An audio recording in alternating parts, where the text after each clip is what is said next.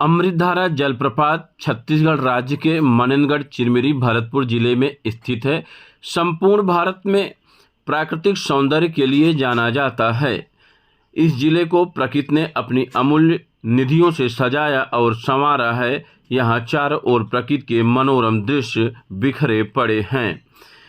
इन्हीं में से एक अमृतधारा जलप्रपात है, जो हसदो नदी पर स्थित है। जलप्रपात के पास एक बहुत ही शुभ शिव मंदिर है, जिसका यह आपको गार्डन दिखाई दे रहा है। यहाँ आने वाले लोगों के लिए घूमने के लिए यह व्यवस्थित तरीके से गार्डन सजाया गया है।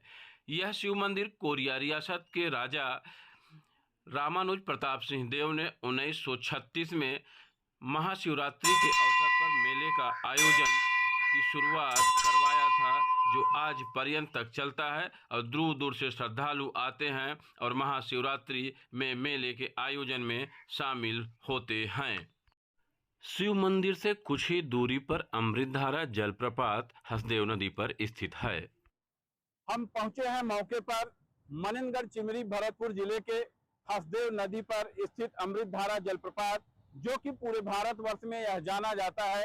अमृतधारा जलप्रपात जैसे ही बरसात का समय आता है, अपने पूरे सवाब में होता है और छत्तीसगढ़ के अलावा दूर दूर से पर्यटक इसको देखने के लिए आते हैं। आपको बता दूं,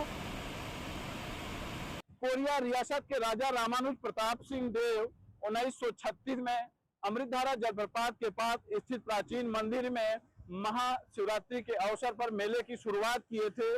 तब से लेकर आज पर्यंत तक प्रतिवर्ष महाशिवरात्रि के मेले का आयोजन किया जाता है। यहाँ पर कई हजारों की संख्या में महाशिवरात्रि के अवसर पर लोग पहुंचते हैं और खास करके बरसात के समय छत्तीसगढ़ पर्यटक के अलावा भारत एवं कई जगहों से दूर दूर से लोग इसकी प्राकृतिक सुंदरता और छटा को देखने के लिए पहुंचते हैं।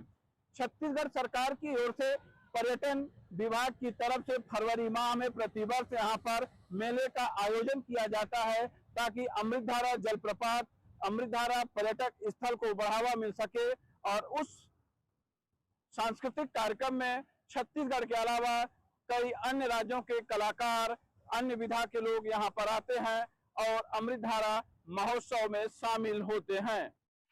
जलप्रपात के थोड़ी ही दूरी पर मुख्य द्वार बना हुआ है। इस मुख्य द्वार से प्रवेश करके अमृतधारा जलप्रपात की ओर आप भ्रमण कर सकते हैं।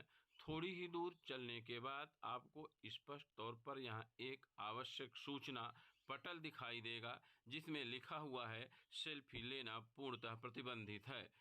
यहाँ पर पुलिस सहायता केंद्र भी अमृतधारा में बनाया गया है, ताकि यहाँ के लोकल या बाहर से आए हुए लोगों को किसी भी प्रकार की समस्या होने पर यहाँ पर लिखे गए मोबाइल नंबर पर संपर्क कर उनसे सहायता ली जा सकती है।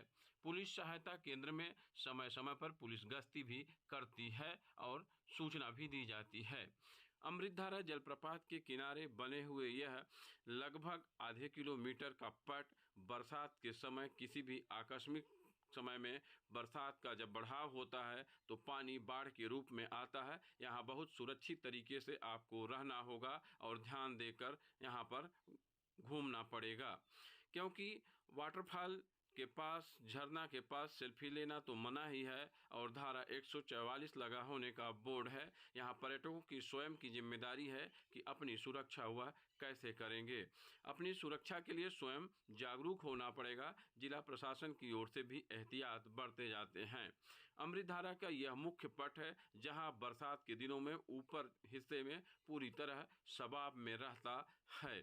आपको बता दूं, जैसे ही आप निकलेंगे तो यहाँ रेस्टोरेंट की भी व्यवस्था की गई है, जहाँ खूबसूरत गार्डन बना हुआ है। यहाँ आप घूम सकते हैं। इस गार्डन के अंदर ही वन विभाग की ओर से गेस्ट हाउस बनाया गया है। बाहर के लोगों के रुकने की व्यवस्था भी है। जिला प्रशासन से यहाँ रुकने के लिए संपर्क करके आप रुक सकते हैं। अमृतधारा जलप्रपात के पास यहाँ पर कुछ दुकानें हैं और पूजा सामग्री मिलती है। यहाँ पर आसपास के क्षेत्रीय लोग छोटी मोटी दुकानें लगाकर बाहर से आने वाले लोगों के लिए आवश्यक वस्तु भी उपलब्ध कराते हैं, जिसे साफ तौर पर आप स्क्रीन पर देख सकते हैं। पूरे घने जंगलों, पहाड़ों, नदियों और झरनों से भरा यह अमृतधारा जलप्रपात प्रसिद्ध जलप्रपातों में से एक है। अमृतधारा जलप्रपात एक प्राकृतिक झरना है जो हसदो नदी पर स्थित है। 90 फीट की ऊंचाई से गिरने वाला यह प्राकृतिक जलप्रपात अपनी सुंदरता के लिए प्रसिद्ध है।